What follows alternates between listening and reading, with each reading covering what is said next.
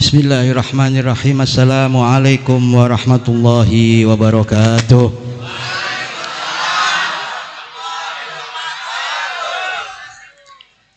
Alhamdulillah alladzi hadana li hada wa ma kunna linahtadiya laula an hadanallah. Asyhadu an la ilaha illallah wa ashhadu anna sayyidana Muhammadan abduhu wa rasuluh. Allahumma salli wa sallim ala sayyidina Muhammad miftahi babi rahmatillah adada ma fi ilmillah salatan wa salaman daimaini bidawamil mulkillah wa ala alihi wa sahbihi wa man walah wa la hawla wa la quwwata illa billah. Qala subhanaka la ilma lana illa ma 'allamtana innaka antal alimul hakim. Rabbi israh li sadri wa yassir li amri wahlul 'uqdatan min lisani yafqahu qawli. Amin ya rabbal amma ba'd. Hadratul kiram al ulama'il a'izza, para alim ulama, para kiai, para guru, para sesepuh, kesepuhan yang saya hormati dan saya taati, yang mohon maaf tidak bisa menyebutkan nama satu persatu, tidak mengurangi rasa hormat dan takdim saya kepada para alim ulama, pada kiai semua. Kita doakan kedatangan para alim ulama, para guru, para kiai menambah keberkahan pada malam hari ini. Dan juga yang saya hormati panitia Maulidin Nabi Muhammad sallallahu alaihi wasallam, yang dengan upaya dan kerjanya maka terlaksana acara malam hari ini. Mudah-mudahan apa yang diusahakan diganti pahala yang besar oleh Allah Subhanahu wa taala. Amin ya rabbal.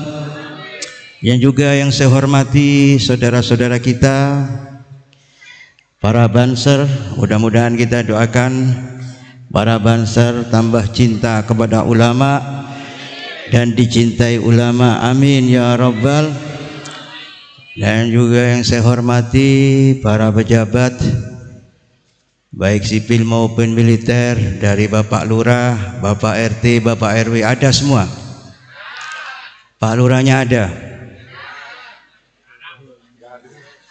di rumah ya. Pak RW-nya ada. Oh Masya Allah. Oh Pak RW, wah luar biasa. Kita doakan mudah-mudahan diangkat derajat oleh Allah Subhanahu wa taala. Dan juga Bapak RT setempat, apa namanya perumahan ini? Apa? Saruni Residen. Nah, ada RT-nya ya? Ada. Oh Masya Allah ya, lengkap semuanya ya. Insya Allah mudah-mudahan para pejabat ya diangkat derajat oleh Allah Subhanahu wa taala. Amin ya rabbal. Dan juga yang saya hormati bapak-bapak, ibu-ibu, ahbabun Nabi, pecinta-pecinta Nabi Muhammad sallallahu alaihi wasallam, yang insyaallah dimuliakan Allah Subhanahu wa taala. Sebelum saya mulai ini, kalau acara di sini sampai jam berapa ini Kiai? Sampai jam berapa? Kalau sampai subuh Pak, nggak mampu saya Pak ya. Anda pulangnya cepat, dekat ya. Saya di Jakarta ya. 1 jam 1 jam setengah saja paling lama ya. Ini acara sunnah. Acara sunnah yang wajib sholat subuhnya. Yang wajib. Jangan karena acara ini kemalaman kita sampai di rumah kecapean, ketiduran, kebablas nggak sholat subuh. Sholat subuhnya godok semuanya. Yang dosa siapa ini?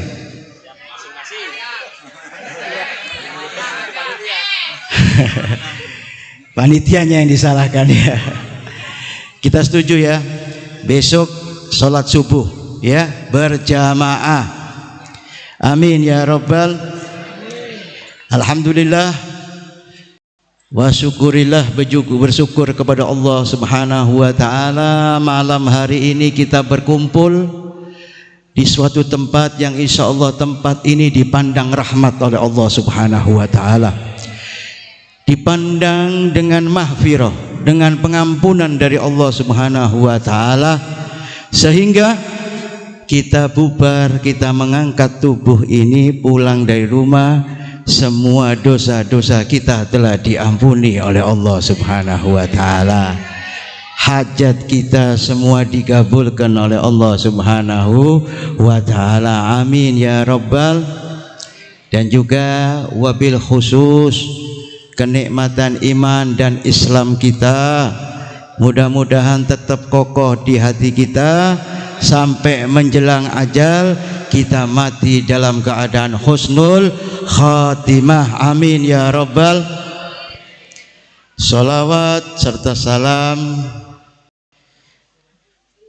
ayo kita sanjungkan kepada manusia yang mulia, manusia yang malam hari ini kita peringati hari lahirnya, Nabi Muhammad sallallahu alaihi wasallam. Mudah-mudahan dengan Nabi Muhammad sallallahu alaihi wasallam kita yang hadir ini diaku menjadi umat Nabi Muhammad sallallahu alaihi wasallam. Yang mudah-mudahan dengan Nabi Muhammad semuanya mendapatkan syafaatul udmah, masuk surga bersama dengan Nabi Muhammad sallallahu alaihi wasallam. Amin ya rabbal. Hadirin kaum muslimin yang dimuliakan Allah, luar biasa malam hari ini sangat semangat sekali. Tadi saya ngobrol sama ketua-ketua di sini, katanya baru kali ini yang luar biasa ini ya. Alhamdulillah, ini menunjukkan bahwa yang hadir ini di dalam hati kita tidak ada lain, tidak ada tujuan atau niat lain kecuali kita cinta kepada Nabi Muhammad sallallahu alaihi wasallam. Saya mau tanya ini, apakah kita cinta dengan Nabi Muhammad sallallahu alaihi wasallam? Cintanya di mulut apa di hati? Mohon maaf, acara seperti ini kita harus jujur, nggak boleh bohong. Karena acara seperti ini bukan Anda saja yang hadir, tetapi dihadiri para malaikatnya Allah, orang-orang mukmin, orang-orang soleh hadir juga. Karena ini acara mengundang rahmat, dimana kalau ada rahmatnya Allah pasti manusia-manusia yang mulia akan hadir di tengah-tengah kita, termasuk Nabi Muhammad sallallahu alaihi wasallam hadir di tengah-tengah kita. Pertanyaannya, di mana Nabi Muhammadnya Habib? Ada yang tahu di mana Nabi Muhammad? Di mana Nabi Muhammad? Iya, di tengah-tengah, benar. Cuman di mana tengahnya kan ada itu, tengah sana, tengah sini bisa itu ya. Di mana hadirin? Di Quran dijelaskan, fa'lamu anna fikum Rasulullah. Rasulullah nggak jauh Pak. Rasulullah itu ada di diri kita masing-masing, di diri orang-orang mukmin yang mencintai Nabi Muhammad sallallahu alaihi wasallam, yang mengikuti syariatnya Allah, maka di situ manusia ada Nabi Muhammadnya sallallahu alaihi wasallam. Nggak jauh Pak, cuman kita nggak sadar saja. Kita ini jauh dari Nabi Muhammad, bukan Nabi Muhammad yang jauh, kita yang menjauh. Kenapa? Karena kita ini sibuk dengan urusan yang lain, tidak pernah kita ini mengingat Nabi Muhammad SAW. Mungkin sekarang kita ingat dengan Nabi Muhammad. Kenapa? Karena peringatan-peringatan seperti ini mengingatkan kita kepada Nabi Muhammad SAW. Hadirin, kalau bicara, nanti saya bicara akhlak karena ada judulnya akhlak ya. Biar kita tahu kenapa kita hadir di malam hari ini terus kita gembira. Iya. Kenapa? Karena Nabi Muhammad sallallahu alaihi wasallam mulai 1500 tahun yang lalu setelah meninggal sampai sekarang itu tetap mencintai umatnya. Tetap di antara kita ini dicintai Nabi Muhammad SAW. Cuman kita nggak sadar. Mau laki-laki mau perempuan dicintai Nabi Muhammad SAW. Bahkan bukan hanya dicintai, kita ini dipikirkan oleh Nabi Muhammad SAW. Yang sakit, Nabi Muhammad juga merasa sakit. Yang sedih malam hari ini, mungkin diantara kita ada yang sedih nggak ini? Ada. Juga dipikir kesedihan Anda oleh Nabi Muhammad dan dirasakan oleh Nabi Muhammad SAW. Jelas itu kan, kita sering baca Quran itu dan mungkin semuanya sudah hafal. Apa ayatnya? Laqad ja'akum rasulun min anfusikum. Saya stop situ.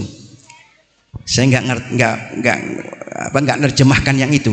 Tapi yang di tengah-tengah ini intinya, azizun alaihi ma anittum. Nah, di sini Nabi yang selalu berat apa? Memikirkan umatnya. Anda ini dipikir, Pak. Bapak mikir nggak sekarang? Bu, mikir Nabi Muhammad nggak sekarang? Mikir nggak, Bu? Pernah nggak kita nih ngomong-ngomong, ngobrol di dalam keluarga, tahu-tahu kita ini pikiran kita ke Nabi Muhammad? Pernah nggak? Padahal Nabi Muhammad ini selalu berat memikirkan penderitaan kita. Nabi Muhammad ini selalu yang dipikirkan umatnya, bukan keluarganya, bukan sahabatnya, tetapi paling penting yang dipikir umatnya. Kenapa? Harisun alaikum. Nabi Muhammad pingin kita ini selamat. Selamat dari apa? Dari segala bencana yang ada di dunia, kesusahan di dunia, kesedihan di dunia, dan yang terpenting selamat daripada api nerakanya Allah Subhanahu wa ta'ala. Bil mu'minina raufur rahim. Nabi Muhammad sangat sayang hatinya kepada orang-orang mukmin seperti kita pada malam hari ini. Mudah-mudahan Nabi Muhammad tambah cinta kepada kita. Amin ya robbal. Maka saya katakan apa? Nabi Muhammad selalu merasakan penderitaan kita. Bahkan Nabi Muhammad pernah bicara, la yasuku ahadukum min saukatin illa wa ana ajidu alamaha. Apa kata Nabi Muhammad? Tidaklah seorang hambaku, umatku, apabila tertusuk duri kakinya, maka sakitnya aku juga rasakan sakitnya. Anda tertusuk duri, Pak, kan sakit. Sakit apa enak? Sakit ini dipikirkan, Pak. Nabi juga merasa sakit. Kenapa? Bil mu'minina raufur rahim. Dengan orang mukmin seperti kita sangat berkasih sayang Nabi Muhammad SAW. Maka jangan diragukan lagi, Pak. Nabi Muhammad ini selalu mencintai kita, bukan hanya di dunia, nanti sampai di akhirat kita tetap ditunggu, Pak, akan ditolong oleh Nabi Muhammad SAW. Sekarang kan Nabi Muhammad sudah jelas, Pak, kalau mencintai kita. Saya balik sekarang, kenapa kita disuruh mencintai Nabi Muhammad? Siapa yang nyuruh mencintai Nabi Muhammad? Siapa yang memerintahkan untuk kita cinta kepada Muhammad? Bahkan kalau seseorang dianggap sempurna imannya, ya, ini yang penting, imannya dianggap sempurna apabila cintanya kepada Nabi Muhammad lebih daripada apapun yang Anda cintai di muka bumi ini. Kalau ingin sempurna iman Anda, cintai Nabi Muhammad. Siapa yang merintah? Nabi Muhammad SAW yang memerintahkan kita.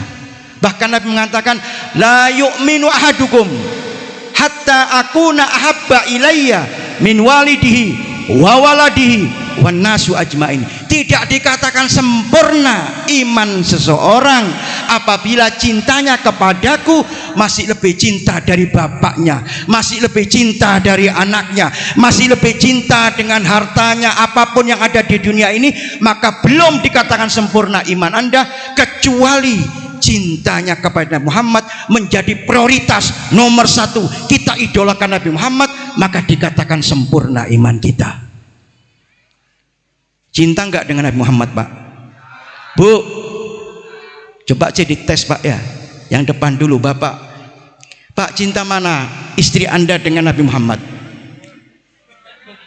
Loh, saya katakan tadi, cintanya kepada Nabi Muhammad harus prioritas. Jujur, Pak, saya bilang tadi nggak boleh kita bohong. Cinta mana istri Anda dengan Nabi Muhammad SAW? Kalau cinta istri kalau Anda meninggal, istri Anda dikawin orang, Pak. Harta Anda yang Anda kumpulkan kali Anda meninggal, ya, ketika istri Anda dikawin orang, dihabisin. Anda nyesel di kuburan. Mana jawabannya tadi? Cinta mana Anda dengan istri Anda dengan Nabi Muhammad? Benar ya? Cinta dibanding, harus jujur, jangan takut. Kenapa? Belakang istri Anda. Sudahlah, saya tanya ibu-ibu sekarang. Bu, cinta mana suami Anda dengan Nabi Muhammad SAW? Nabi Muhammad. Oh, top ini. Alhamdulillah, ini hebat ibu-ibu ini. Berarti Anda, Pak, nggak dicintai sama istri Anda. Lihat kan benar, lebih cinta Nabi Muhammad daripada Anda. Maka yang begitu dikatakan sempurna imannya, Pak. Nggak ada yang ngomong cinta dua-duanya, Bib. Nggak ada. Itu namanya cinta segitiga. Kalau cinta segitiga ini pengkhianatan saja. Ya, cinta itu bulat. Anda cinta kepada Allah, maka cintanya harus bulat. Karena Allah cemburu kalau Anda cinta kepada yang lain. Maka dikatakan kalau Anda cinta selain Allah, maka hukumnya dianggap syirik kepada Allah Subhanahu wa taala. Begitu juga kepada Nabi Muhammad SAW. Nabi Muhammad yang begitu luar biasanya cinta kepada Anda, tetapi Anda biasa-biasa saja. Anda tidak mengikuti sunnah Nabi Muhammad. Anda tiap hari tidak baca sholawat kepada Muhammad. Anda jauh daripada syariat Nabi Muhammad. Itu bukan dikatakan cinta, itu cinta bohong namanya. Padahal hadirin, saya kembalikan, Nabi Muhammad luar biasa. Nabi Muhammad seumur hidupnya, waktunya, keadaan apapun, yang dipikirkan adalah umatnya, yang diperjuangkan adalah umatnya. Ini Nabi Muhammad yang malam hari ini kita peringati. Hadirin kaum muslimin yang dimuliakan Allah Subhanahu wa taala. Dulu, Pak, sebelum Nabi Muhammad dilahirkan, Pak, nabi yang lain ini disuruh beriman kepada Nabi Muhammad, Pak. Bahkan disuruh mencintai Nabi Muhammad. Padahal mereka nabi, Pak. Kita umatnya wajar kalau diperintahkan mencintai Nabi Muhammad. Saya ambil contoh, ya. Ini masih semangat gak ini? Nyambung gak bicara saya? Sini bicara bahasanya apa sih? Sunda.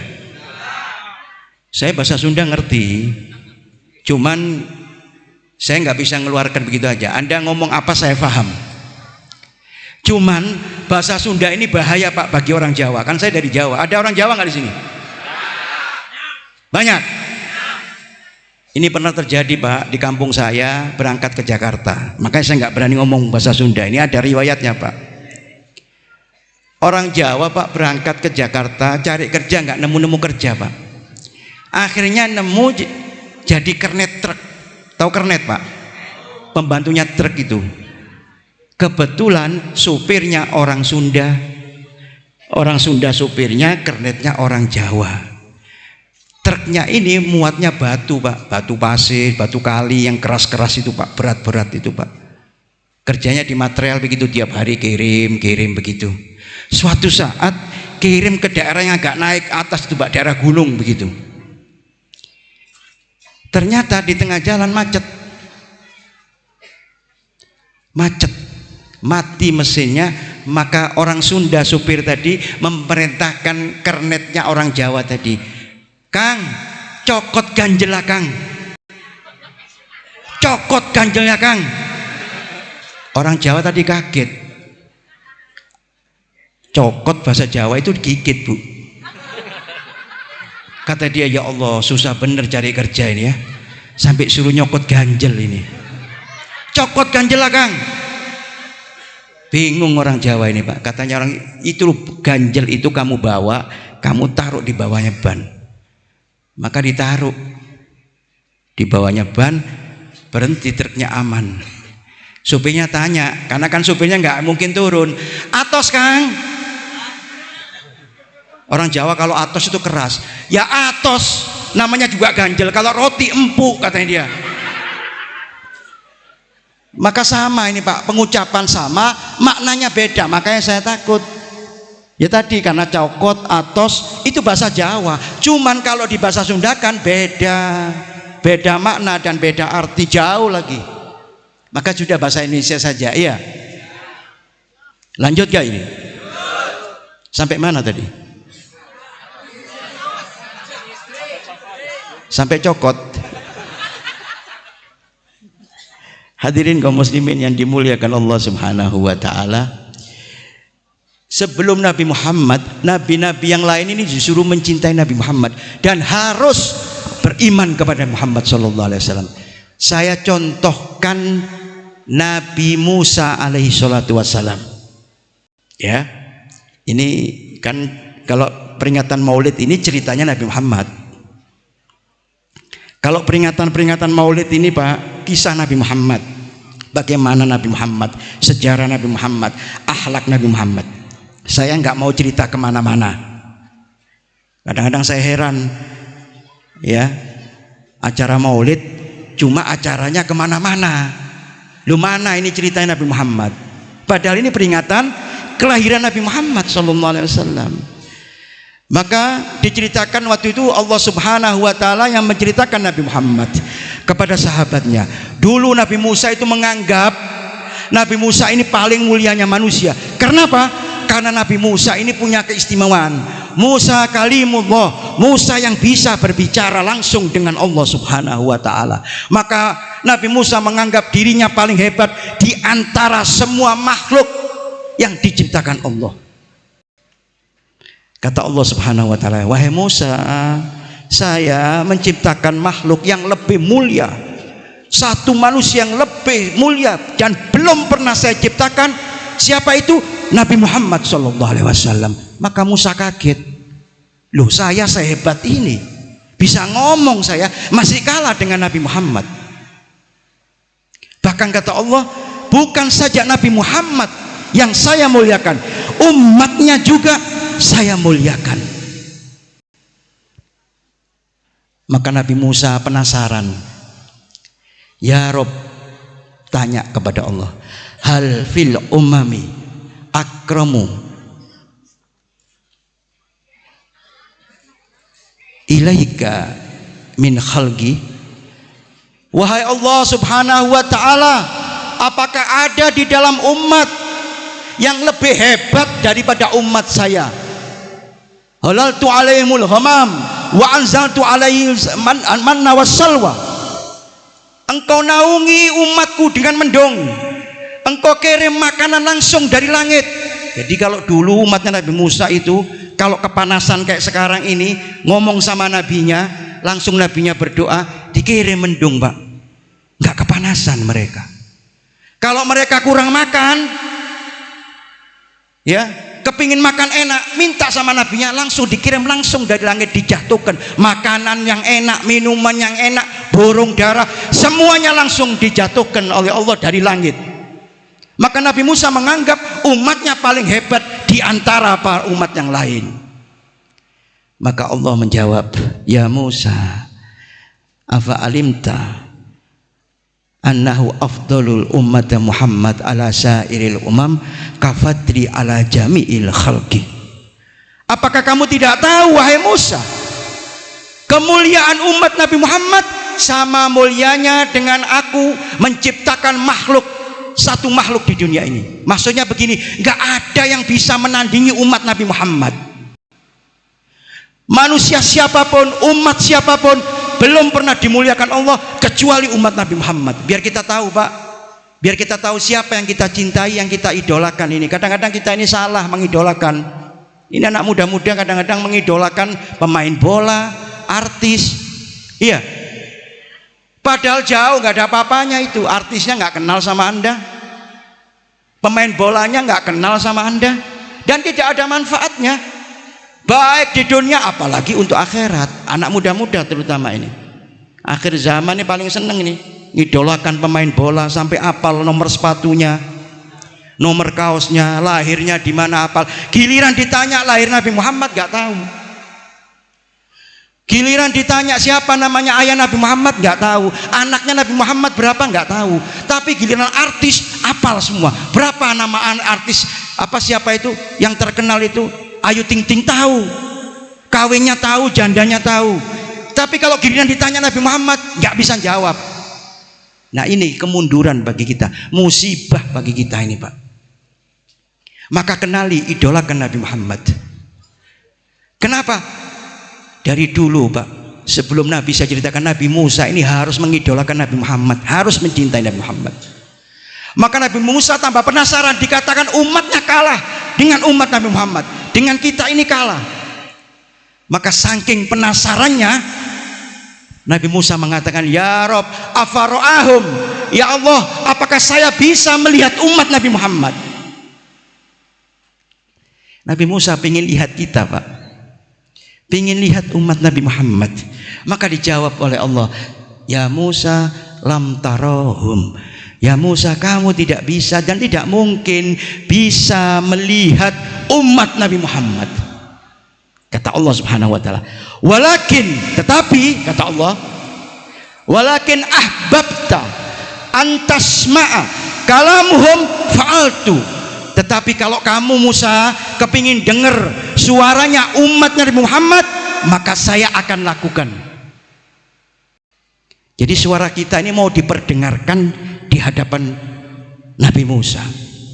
Maka jawabannya Nabi Musa, ya Rob uhibbu dzalik. Maka saya senang ya Allah, saya pengen dengar bagaimana sih umat Nabi Muhammad yang dikatakan paling mulianya umat ini.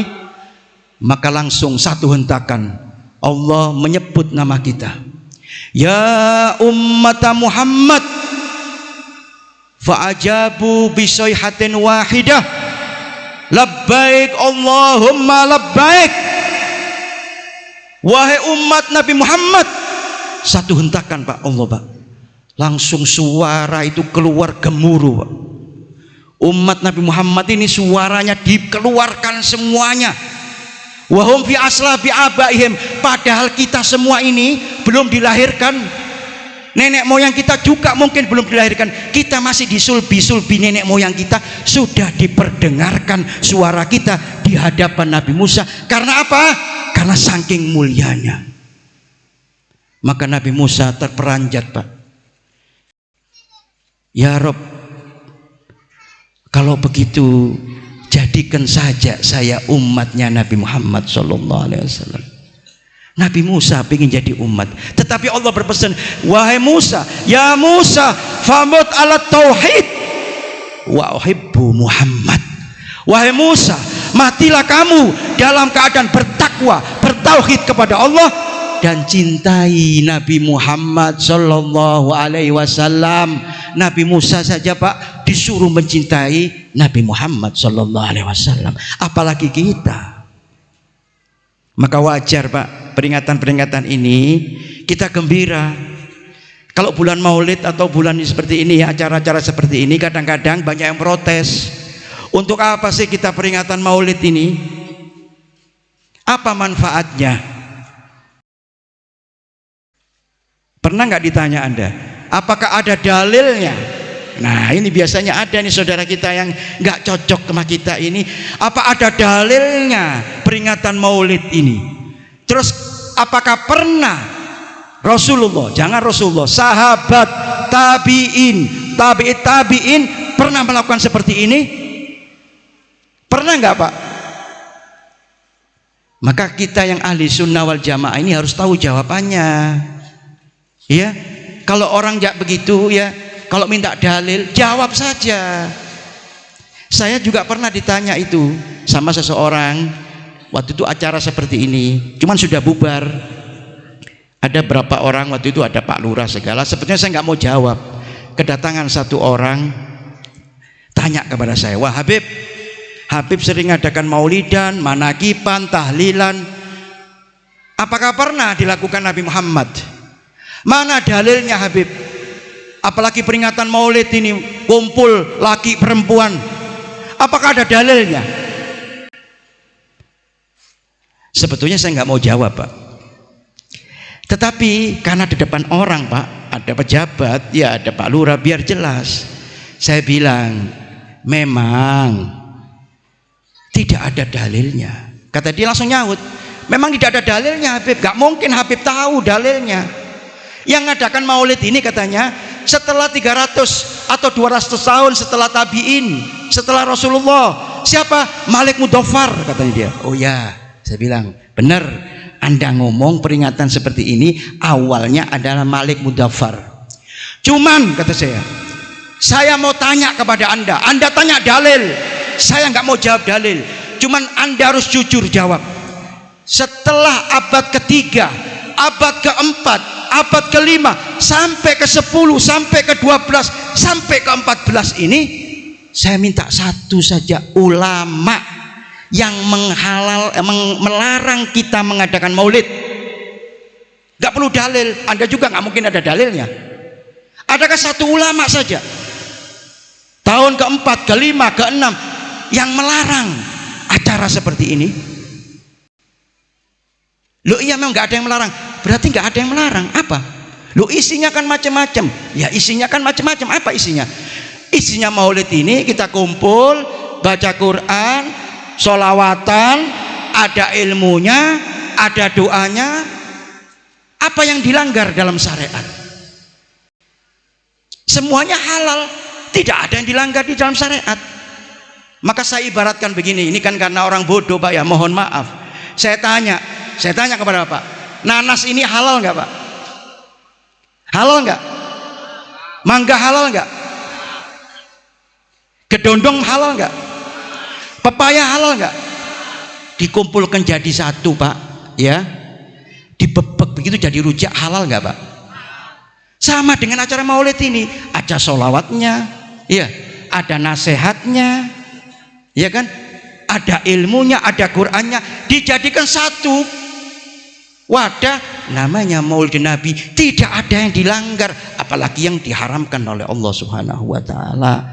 Jadi kalau ahli sunnah wal jamaah kalau ditanya begitu jawab, karena nggak ada yang melarang ini.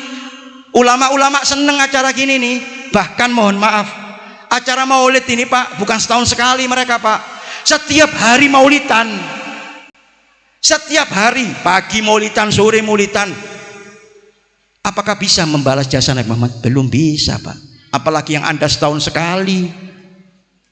Mohon maaf ini, kalau saya itu pernah diundang di Banjar Pak, di masjid itu maulidan itu Pak, saking gembiranya ya di sana. Itu di Banjar Pak, ya bukan di sini, bukan, saya nggak nginep sini Pak, di Banjar ini Pak, di masjid itu Pak, makanan buahan itu Pak, nggak kelihatan karpetnya Pak, banyak makanan, luar biasa. Saya bingung ini masjid apa pasar ini? Masjid Bib, lu kok banyak begini? Oh biasa Bib, adat di sini Bib, mereka luar biasa. Kalau acara mulutan ini Bib, semangatnya luar biasa. Karena kalau nggak ini Bib, buah-buahan ini kalau bukan Nabi Muhammad nggak ada buah-buahan ini Bib, makanannya nggak ada. Maka langsung penuh Pak. Wah ini hebat ini Pak. Di sini saya lihat karpetnya aja nih Pak ya. Hah? Kalau acara maulidan gini, ya. Kalau acara di sini Pak, gak usah nunggu berkat. Anda yang bawa berkat dari rumah. Saya heran kadang-kadang mulutan, katanya cinta kepada Nabi, masih cari donasi, masih cari sumbangan. Gak usah, sadar, punya kesadaran. Kalau Anda cinta kepada Muhammad, karena semuanya ini karena Muhammad, bawa makanan yang banyak, senangkan orang-orang ini Pak. Karena apa? Karena kita mulia dengan Nabi Muhammad, menjadi umat Nabi Muhammad. Mulai tahun depan Pak, ya, semua yang di rumah Anda bawa Pak. Tapi jangan barang-barang rongsokan, makanan yang enak-enak Pak. Iya, ini pelajaran ya. Lanjut nggak ini? Nabi-nabi dulu suruh beriman kepada Muhammad, suruh cinta kepada Muhammad sallallahu alaihi wasallam. Maka hadirin, tidaklah kita ini tidak di luar batas kita ini. Kita ini masih biasa, saya anggap ini acara biasa saja.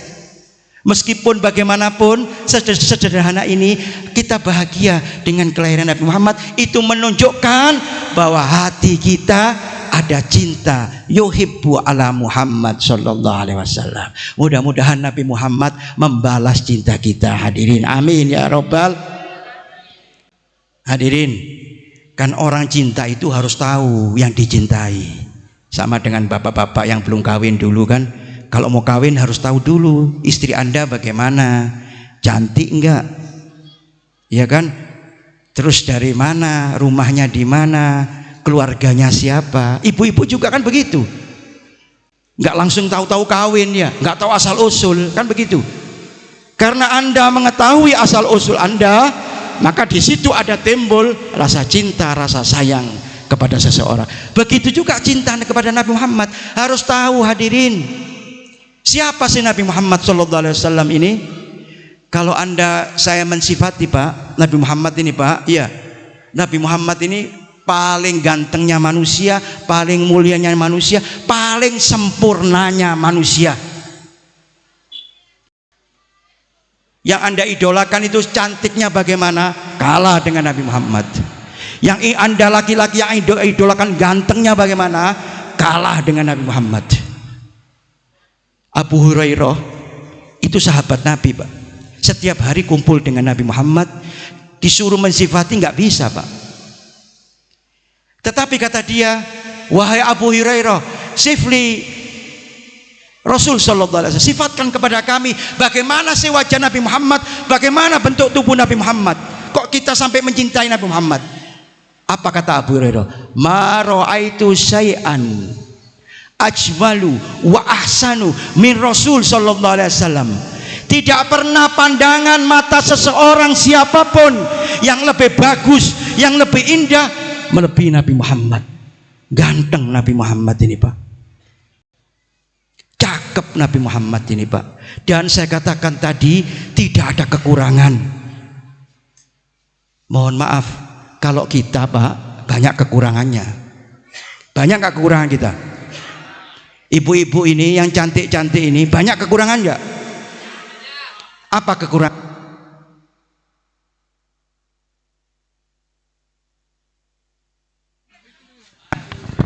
Kalau duit nggak ada habisnya Pak. Kita ini kekurangan apa Pak? Banyak Pak. Tetapi mohon maaf, kekurangan kita ini ya menjadi kemuliaan Nabi Muhammad SAW. Habis baterainya ini.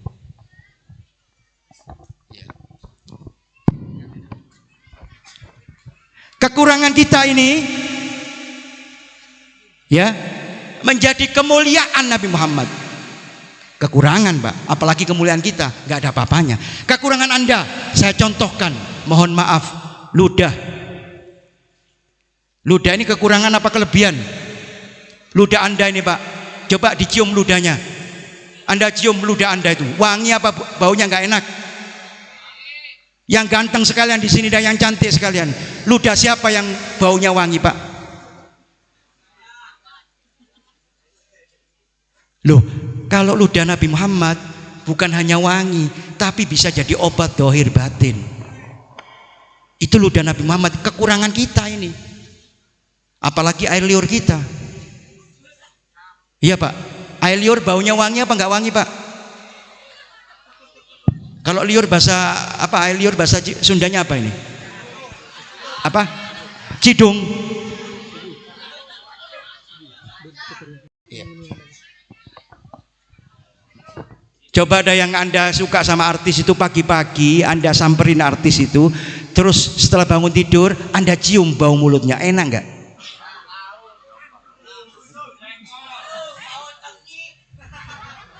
Ya itu kekurangan kita menjadi kemuliaan Nabi Muhammad. Air Nabi Muhammad wangi baunya Pak.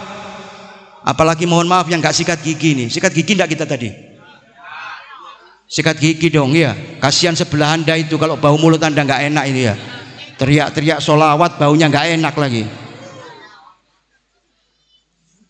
Air liur Nabi Muhammad jadi obat dohir batin, Pak. Saya kasih contoh, obat dohir. Imam Ali itu pernah kena tombak, Pak, matanya hancur. Waktu perang itu pernah kena tombak sehingga matanya yang sebelah ini hancur sampai jatuh ke tanah. Maka diambil oleh Imam Ali, nggak panjang lebar, dihadapkan di hadapan Nabi Muhammad. Ya Rasulullah, in qola'at aini. Ya Rasulullah, mata saya copot. Copot kenapa? Kena tembus daripada tombak. Maka Nabi Muhammad SAW mengeluarkan air ludahnya tadi, Pak, diludahi matanya Imam Ali yang dibawa tadi, Pak, diludahi seperti dikasih lem begitu, ditempelkan lagi ke Imam Ali.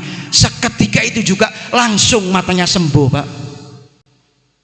Coba air ludah kita, ada yang sakit diludahin, iya, ada yang punya mohon maaf luka atau borok, itu paling tambah infeksi ya. Karena kekurangan kita ini, tapi menjadi kemuliaan Nabi Muhammad. Ini obat dohir, Pak. Banyak obat dohir yang melalui ludah Nabi Muhammad menjadi sembuh. Apapun penyakit, sahabat dulu nggak perlu pakai obat, diludahi Nabi Muhammad langsung sembuh, Pak. Obat batin, nah obat hati, Pak. Obat batin ini kalau dikatakan orang batinnya itu menjadi pandangan daripada perlakunya, keperlakuannya, kepribadiannya.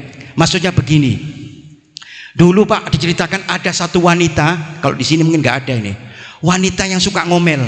Ada nggak di sini suka ngomel?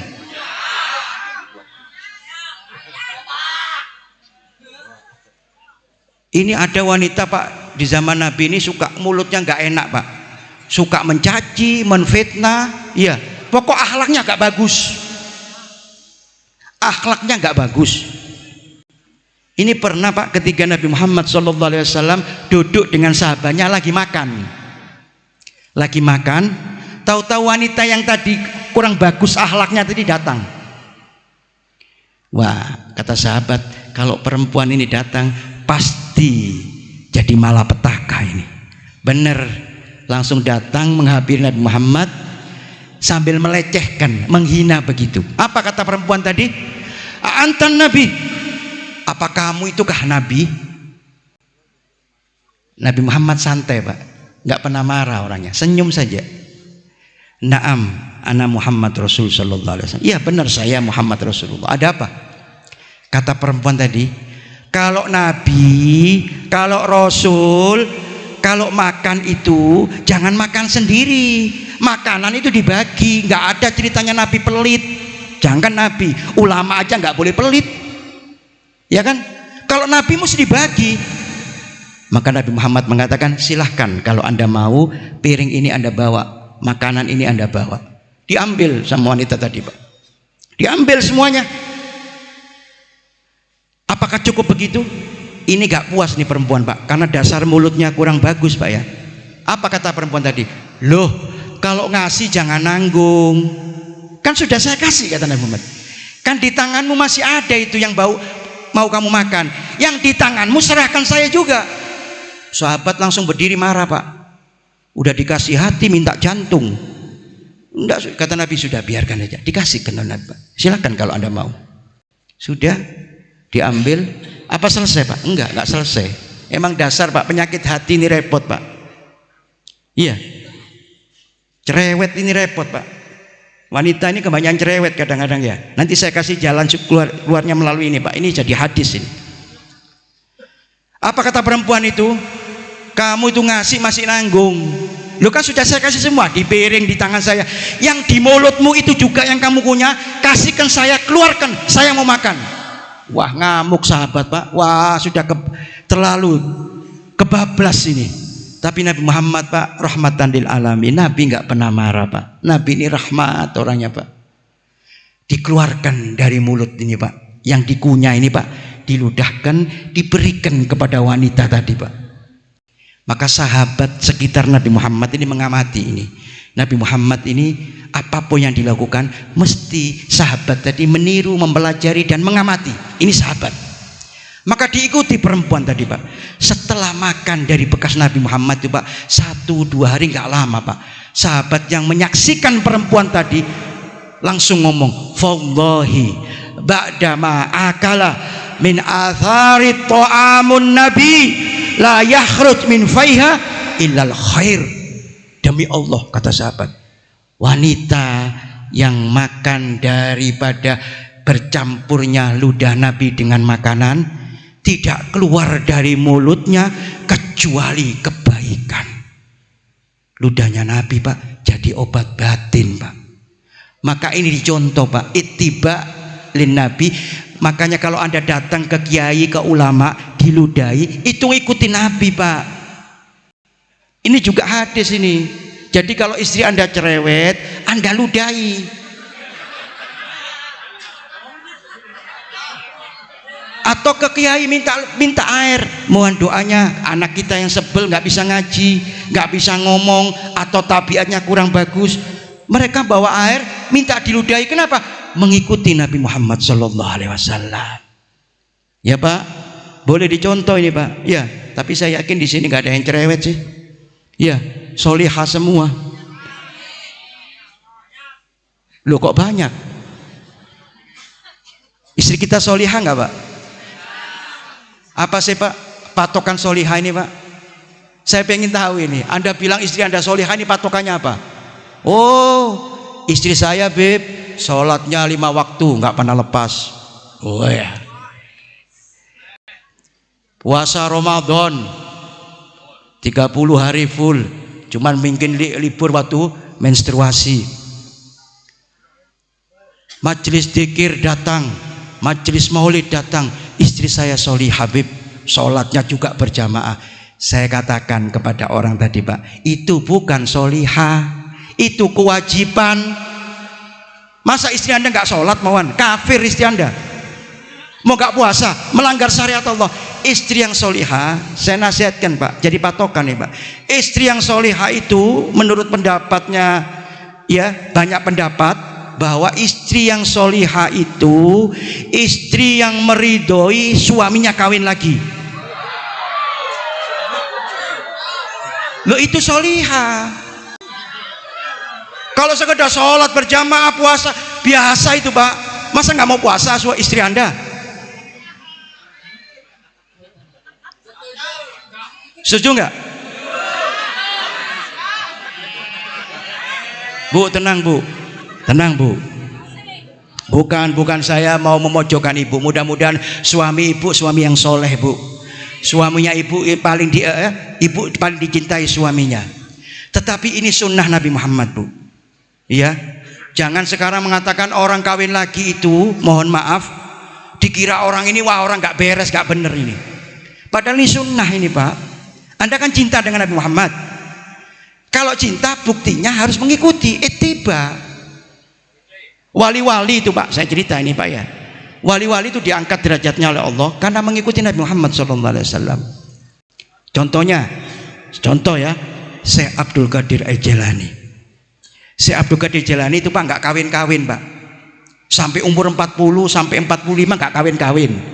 Maka ditanya oleh muridnya, wahai Syekh, wahai guru, kenapa Anda sudah seusia ini belum kawin-kawin, belum menikah? Apa kata Syekh Abdul Qadir Jilani? Saya belum menikah, bukan tidak mau menikah. Saya ini normal.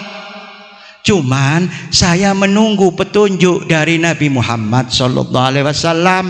Saya menunggu diperintahkan Nabi untuk kawin. Bener Pak. Setelah umur 50 tahun Pak, ya, dikasih mimpi berjumpa dengan Nabi Muhammad SAW, dan di mimpinya Sultan Aulia ini diperintah kawin oleh Nabi Pak. Langsung Pak, Sultan Aulia umur 50 tahun ini Pak, nikah Pak, nggak nanggung Pak, nikah langsung 4 istri Pak, anaknya 49. Loh bener ini. Maka jadi wali Pak, kekasihnya Allah. Jadi kalau cuman istrinya 1 ini susah jadi wali Pak. Paling wali murid saja Anda ini. Iya kan? Semua mengikuti Nabi Muhammad SAW Pak. Iya. Jadi kalau ikut Nabi Pak, ikut sunnah jangan nanggung. Jangan yang enak-enak saja. Iya, yang susah. Padahal yang berat ini pahalanya lebih bagus. Anda pengen surga nggak? Bu, pengen surga bu? Tapi ridhoi dulu suaminya kawin lagi bu. Surga ini Pak isinya luar biasa. Mala ainun ro'at, wala udunun sami'at, wala hadar ala qalbin basar. Apa kata surga ini? Surga ini belum pernah Pak mata memandang kemegahan, keindahan daripada surga, belum pernah manusia memandang. Telinga juga belum pernah mendengar bagaimana nikmatnya itu. Apalagi pikiran dan hati kita belum pernah bagaimana Anda membayangkan surga, nggak bakal mampu. Surga ini luar biasa Pak. Yang laki-laki nanti mudah-mudahan kita masuk surga semuanya. Ibu-ibu masuk surga semuanya. Surga ini Pak, yang laki-laki yang beriman kepada Allah, yang cinta kepada Muhammad, akan dikasih bidadari 33 bidadari Pak. Mau nggak Pak? Ya langsung mau lah. Sekarang aja ditawari mau ya. 33, dan ada lagi yang mengatakan 70 bidadari. Saya nggak ngambil yang 70, 33 bidadari Pak. Terus orang wanita-wanita tanya kepada saya, lah terus istri-istri bagaimana Beb? Suami saya kok enak bener dapat istri 33, saya dapat apa di surga? Loh, Anda jadi ratunya, Anda jadi pemimpin para bidadari-bidadari. Istri-istri Anda sekarang ini yang sampai nanti ya, mudah-mudahan jodoh dunia akhirat kita, nanti istri kita jadi ratunya di akhirat Pak. Terus apa Beb kerjaannya orang di surga? Di surga nggak ada ibadah, nggak ada acara mulutan seperti ini, nggak ada Pak. Dzikir nggak ada, sholat nggak ada. Isinya apa Pak? Kawin dan makan. Itu saja surga ini Pak. Ibadah udah nggak ada Pak. Istrinya apa? Kawin dan makan, tiap hari kita kawin Pak. Laki-laki ini setiap hari kawin, tiap hari makan. Ya, kalau sekarang kita makan banyak, ya WC-nya penuh Pak. Kalau di surga enggak Pak, semakin Anda banyak makan, keluar keringat kasturi, baunya kasturi Pak. Enggak ada Pak, buang air besar, buang air kecil enggak ada Pak. Jadi istilahnya di surga tidak ada WC umum, enggak ada Pak. WC, toilet enggak ada. Apalagi yang perempuan nanti, enggak ada cemburu Bu. Cemburu ini sekarang sifat manusia di dunia. Iri, dengki, sombong, takabur, juga cemburu, itu sifatnya manusia yang hidup di dunia. Kalau di akhirat nanti, meskipun ibu-ibu ini menyaksikan suaminya kawin di depan mata Anda, malah menyuruh, memerintahkan, Pak kawinin lagi Pak, itu bidadari kawinin lagi Pak, yang banyak kawinnya, karena jadi ratu Pak. Nanti jawabannya Bapak gimana? Kok sekarang Bu?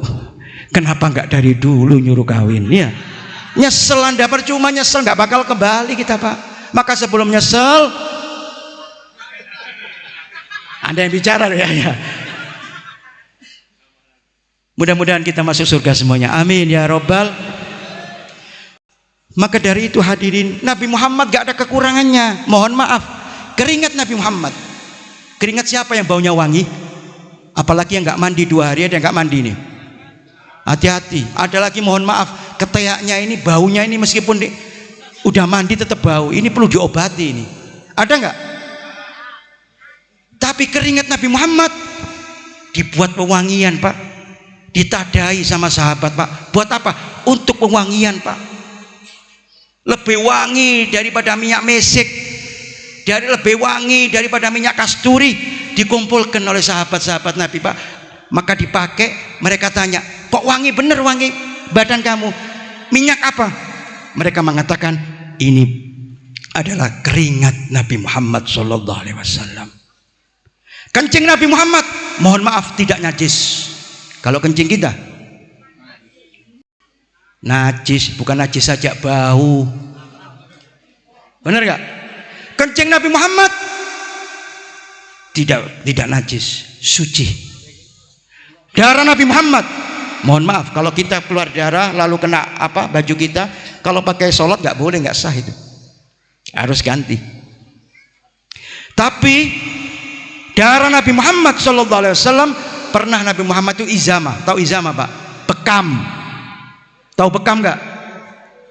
Pernah bekam Pak, dikumpulkan darahnya, lalu Nabi Muhammad memanggil sahabat, wahai sahabat, ini darah saya bekas bekam ini, tolong kamu buang yang sekiranya manusia nggak tahu, buang yang jauh. Maka dibawa Pak darahnya Nabi Muhammad tadi Pak. Di tengah jalan bingung sahabat ini, mau dibuang di mana ini? Sayang ini darahnya Nabi. Akhirnya diminum Pak darah tadi Pak. Diminum oleh sahabat, balik lagi Pak. Nabi Muhammad ini Pak tahu semuanya Pak, apa yang nggak tahu dari Nabi Muhammad. Ditanya sahabat tadi, wahai sahabat, sudah kamu buang? Sudah wahai Rasul. Jujur, dibuang. Kamu buang di mana wahai sahabat? Saya buang di dalam perut saya. Apa kata Nabi Muhammad? Kamu wahai sahabat tidak bakal dibakar api neraka. Darah Nabi Muhammad Pak yang masuk ke tubuh manusia Pak, haram hukumnya dibakar di api neraka Pak. Ini darah Nabi Muhammad. Jangankan darah Pak, ada sapu tangan Pak. Sapu tangan mindilun Nabi, sapu tangan Nabi ini Pak. Anas bin Malik ini pernah ketamuan seseorang Pak.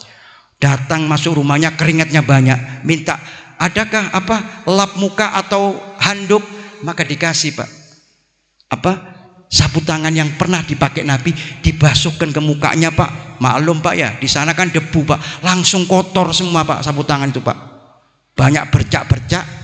Lalu Anas bin Malik nggak repot Pak, ngambil kayu lalu dibakar kayunya, sapu tangannya dimasukkan ke situ Pak, dibakar lalu diangkat, bersih lagi. Tamunya heran, loh nggak kebakar, sapu tangan apa ini? Ini sapu tangan bekas dipakai oleh Nabi Muhammad SAW. Inilah kemuliaan Nabi Muhammad hadirin. Masih banyak kemuliaan Nabi Muhammad. Maka idolakan Nabi Muhammad, pantas diidolakan Pak. Ya. Sekarang kita bicara akhlak. Kalau akhlak beb, susah saya bicara. Kenapa? Karena akhlak Nabi Muhammad yang muji Allah. Wa innaka la'ala khuluqin adzim. Wahai Muhammad, di dirimu ada akhlak yang paling tinggi, di atas paling akhlak semuanya. Maka saya susah kalau cerita akhlak ini Pak. Tapi paling tidak kita mencontoh bagaimana kehidupan akhlak Nabi Muhammad SAW. Mohon maaf ya, Nabi Muhammad ini Pak nggak pernah cemberut, nggak pernah cemberut Pak. Kepada semuanya tersenyum. Ini wajah-wajah cemberut semua ini saya lihat, wajah sumpek ini. Wajah Muhammad tidak pernah sumpek Pak, senyum tiap hari Pak. Sayyidina Abbas itu pernah ditanya, ma huwal akhlak ya Abbas, apa sih akhlak itu? Apa kata Sayyidina Abbas? Amrun hayyinun, perbuatan yang paling mudah, paling ringan. Apa itu? Wajhun basusun wa kallamun layyinun, wajah yang berseri-seri, senyum, terus bicara yang lemah lembut. Ada akhlak Nabi Muhammad SAW. Coba sekarang senyum Pak, senyum Pak.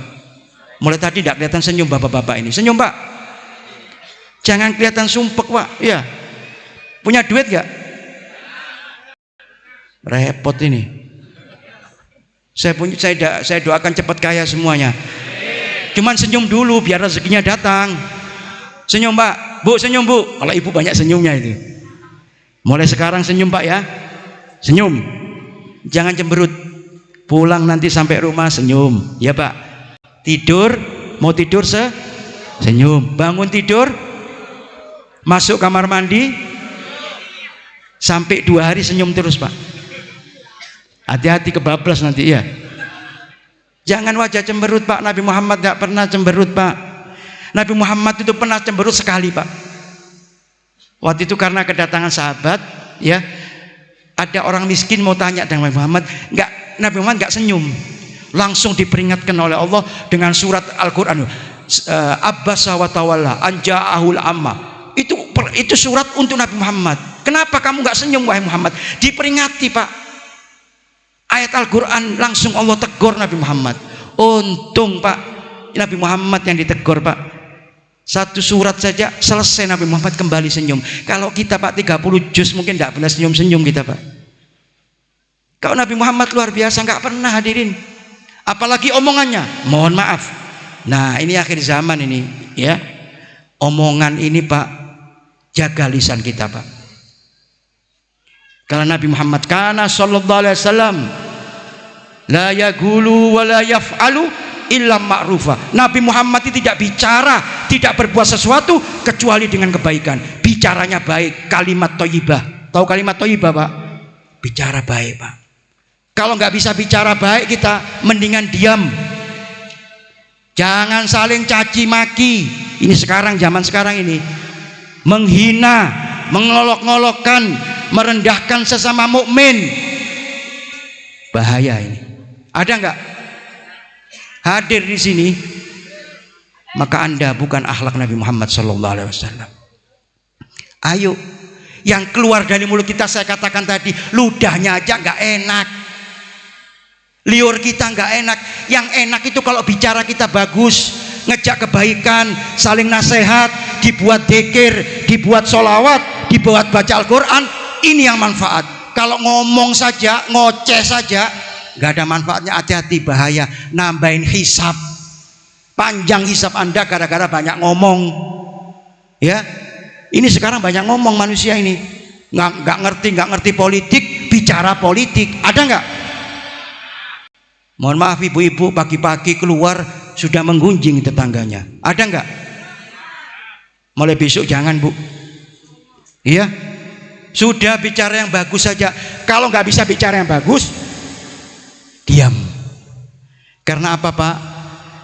Kadang-kadang mohon maaf, manusia sama binatang ini, Pak, kadang-kadang lebih mulia binatang. Tapi manusia ini dikasih iman sama Allah, dikasih pikiran, dikasih ilmu, maka tetap mulia. Anda tahu lebah itu, Pak? Lebah itu kalau keluar ludahnya, Pak, jadi madu, Pak. Harganya, Pak, kalau madu yang mahal itu 1 juta 1 kilo, Pak. Kalau ludah Anda laku dijual? Gak laku. Liur Anda itu laku dijual.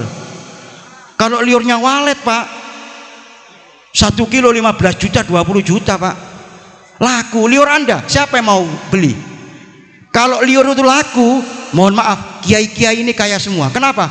Pesantrennya kan banyak santri itu, tidurnya ngiler semua itu. 1 hari bisa 3 kilo itu langsung kaya kiainya. Berhubung liurnya nggak laku, ya sudah, masih kalah sama burung walet. Liurnya walet ini, Pak, 1 kilo itu, Pak, 15 juta 20 juta. Ada manfaatnya, Pak. Lah sedangkan liur kita nggak manfaat, ludah kita nggak manfaat. Manfaatnya apa? Dari mulut kita yang keluar ini kebaikan, kalimat thayyibah, berzikir, jangan saling mencaci maki, bohong. Nah, ini bohong banyak ini. Dikit-dikit bohong. Padahal masalah sepele.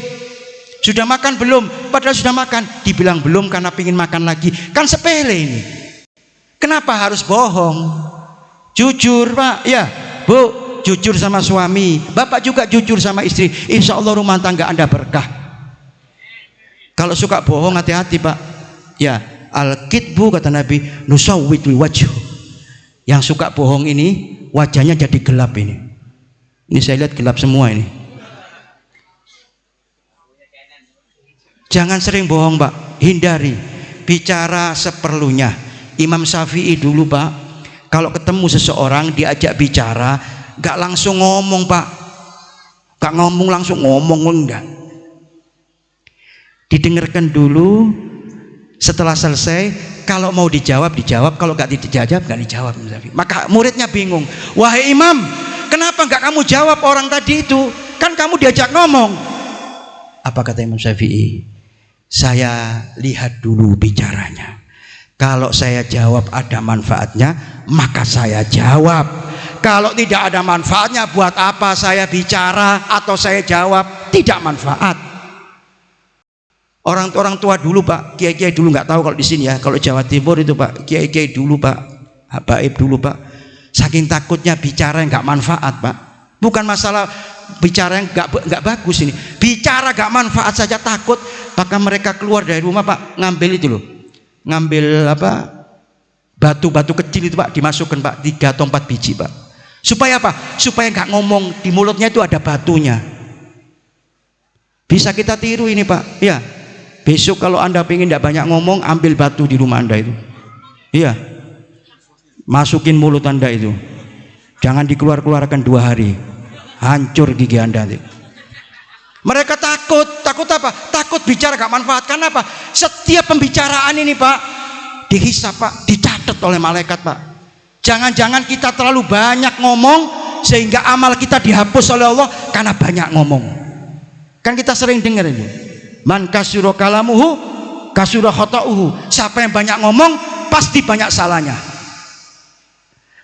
Wa man kasura khata'uhu kasura dzambuhu. Kalau sudah banyak salahnya pasti banyak dosanya. Wa man kasura dzambuhu dakhalal nar. Naudzubillah. Kalau sudah banyak salahnya masuk neraka. Naudzubillah min dzalik. Maka jangan banyak ngomong dah. Iya. La yaqulu wa la yaf'alu illa ma'rufa. Berbicara kecuali yang bermanfaat. Jangan Anda mencaci sesama kaum muslimin. Maka tadi saya heran, saya katakan acara maulid yang bicara mencaci kelompok lain, jamaah lain.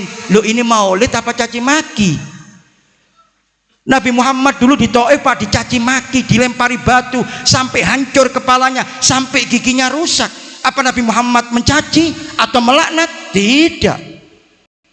Malah Nabi Muhammad mendoakan, Allahumma hdi liqaumin fa innahum la ya'lamun. Ya Allah, berikan hidayah kepada kaum Taif karena mereka tidak mengenal saya dan tidak mengenalmu ya Allah. Gak mencaci Nabi Muhammad Pak, gak menjelekkan Pak. Lah kita Pak, kalau bukan dari mulut, tangan kita Pak, melalui HP kita ini ada nggak? Bahkan sekarang kebablas, ulama dicaci juga Pak. Kiai habaib Anda caci. Ini contoh yang mana? Pelajaran dari mana ini? Nabi Muhammad tidak pernah mencontohkan seperti itu. Belum pernah mulut Nabi Muhammad ini mencaci satu orang, belum pernah. Apalagi menjelek-jelekkan. Ya, menjelekkan seseorang ini dosa Pak. Jangan Anda jelekkan, karena Anda ini sesama kaum mukmin ini saudara, dan mereka semuanya akan masuk surga. Kenapa? Karena umat Nabi Muhammad SAW. Anda mungkin melihat orang yang dosa, yang melakukan maksiat, pemabuk misalkan, Anda boleh benci dengan perbuatannya, tapi jangan benci dengan orangnya. Kalau benci perbuatannya, karena ini masuk daripada iman. Tapi kita nggak boleh benci sama orangnya. Orang ahli zina, Anda katakan, wah Anda ini suka zina, masuk neraka Anda. Anda nggak pernah sholat, masuk neraka Anda. Anda pemabuk, masuk neraka Anda. Ini salah Pak. Nabi Muhammad nggak pernah begitu Pak. Nyebut neraka nggak pernah untuk umatnya Pak. Benci dengan kelakuannya, benci dengan maksiat, ini adalah iman. Tetapi jangan benci seseorang. Karena apa? Belum tentu yang maksiat besok tobat, dikasih hidayah oleh Allah, ibadahnya luar biasa. Kalah kita Pak. Bahkan terhadap orang kafir pun Pak, nggak boleh kita mencaci Pak. Ini pelajaran Pak. Jangan Anda kafirkan. Belum tentu. Kenapa?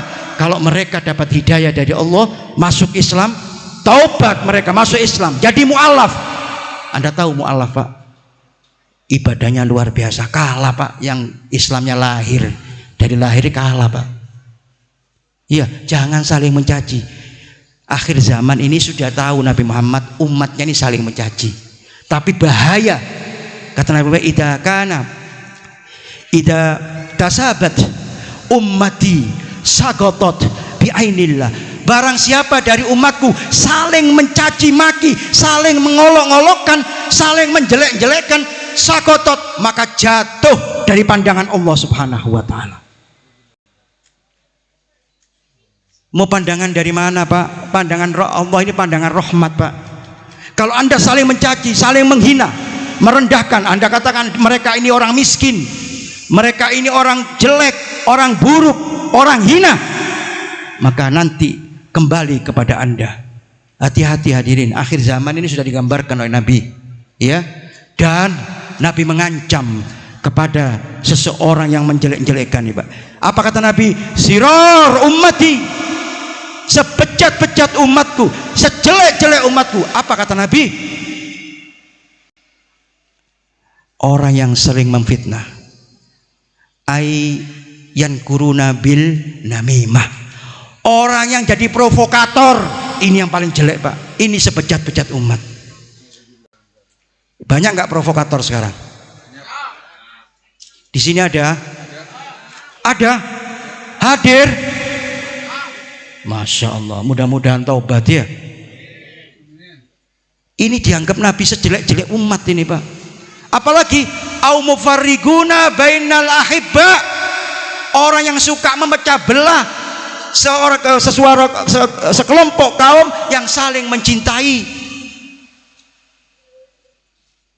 diadu domba Pak, sehingga saling mencintai ini bubar Pak, pecah belah kita ini Pak. Ini yang dikatakan sebejat-bejat umat Nabi Muhammad SAW. Apalagi albahuna lil barra'il anat. Nah ini Pak, yang mencaci maki, menjelek-jelekkan antara saudara kaum mukmin, inilah yang paling bejat dari umatku. Hati-hati Pak, sudah cukup Pak. Gunakan mulut Anda untuk kebaikan, gunakan mulut Anda untuk mengatakan kalimat thayyibah, untuk zikir, untuk sholawat, untuk membaca Quran, untuk saling menasehati. Ini yang manfaat. Lain itu berbahaya Pak. Anda bicara Pak di sini Pak, di Amerika bisa sampai Pak. Maka sekarang bicara ini beresiko, karena bicara bisa masuk penjara Pak. Banyak Pak kena undang-undang ITE segala itu. Kenapa? Bicaranya ngawur. Kadang-kadang mohon maaf, orang ditempeling itu bukan karena nempeling Pak. Kenapa? Kenapa kamu tempeling? Mulutnya kurang ajar. Banyak. Kadang orang ditendang bukan karena nendang. Kenapa? Mulutnya nggak beres, maka ditendang oleh seseorang. Maka jaga mulut kita. Ini akhir zaman, penyakit kita begini, ya. Jaga mulut kita, jangan menghina. Ya, Nabi belum pernah menghina Pak. Nabi itu paling memuliakan orang miskin, termasuk akhlak Nabi, ya. Akhlakul anbiya yuhibbul masakin au fuqara. Menjadikan akhlaknya para nabi-nabi sebelum Muhammad mencintai orang miskin dan orang fuqara. Wa buhut minal masakin wal buhut minal fuqara akhlakul farain. Dan benci kepada orang miskin, benci kepada orang fakir adalah akhlaknya Fir'aun. Kenapa? Fir'aun ini sombong, maka dihinakan oleh Allah. Maka kalau Anda dikatakan, hei kamu itu miskin, banyak ngomong lagi. Nah kan ada begitu itu. Jawab Anda, ya kamu itu Fir'aun berarti. Mencontoh seperti Fir'aun. Gak ada Nabi Muhammad disaling caci maki Pak. Ya padahal Nabi Muhammad sampai sekarang banyak yang masih mencaci. Banyak gak? Orang barat itu banyak mencaci Nabi Muhammad, gambar karikatur segala. Tapi Nabi Muhammad gak pernah membalas Pak cacian Pak. Ayo kita contoh, kita ikuti Nabi Muhammad SAW. Mau ikuti siapa kita? Mencontoh siapa? Katanya kita cinta, kita peringati setiap tahun acara Maulid Nabi Muhammad SAW. Tujuannya apa? Tujuannya bukan hanya mencintai, tapi ittiba' Nabi, mengikuti Nabi, mengikuti sunnah Nabi, termasuk akhlaknya Nabi Muhammad SAW. Ini akhlak Nabi Muhammad. Bicara lemah lembut, jangan saling bentak membentak. Iya, bentak membentak aja nggak boleh Pak. Maka di rumah tangga Pak, jangan sangin bentak Pak. Iya, Anda jaling yang bicara yang lemah lembut, ya Pak. Mudah-mudahan pertemuan ini menggugah hati kita, iya, menjadi peringatan hati kita, supaya kita ini mengikuti Nabi Muhammad SAW, supaya kita nggak salah dalam kehidupan ini, bisa menjaga mulut kita, bisa menjaga akhlak kita, mencontoh orang-orang soleh dan mencontoh Nabi Muhammad SAW. Hadirin kaum muslimin, saya nggak bisa lama-lama, mohon maaf, ya. Mudah-mudahan bisa ketemu lagi, karena saya masih ada pertemuan lagi di Jakarta. Terakhir, ayo kita berdoa kepada Allah Subhanahu wa taala melalui majelis yang mulia ini, majelis Nabi Muhammad. Mudah-mudahan semua dosa-dosa kita diampuni oleh Allah Subhanahu wa taala. Yang sakit disehatkan oleh Allah Subhanahu wa taala. Yang sekarang rezekinya sempit diluaskan oleh Allah, dikasih rezeki yang banyak, yang manfaat, yang barokah.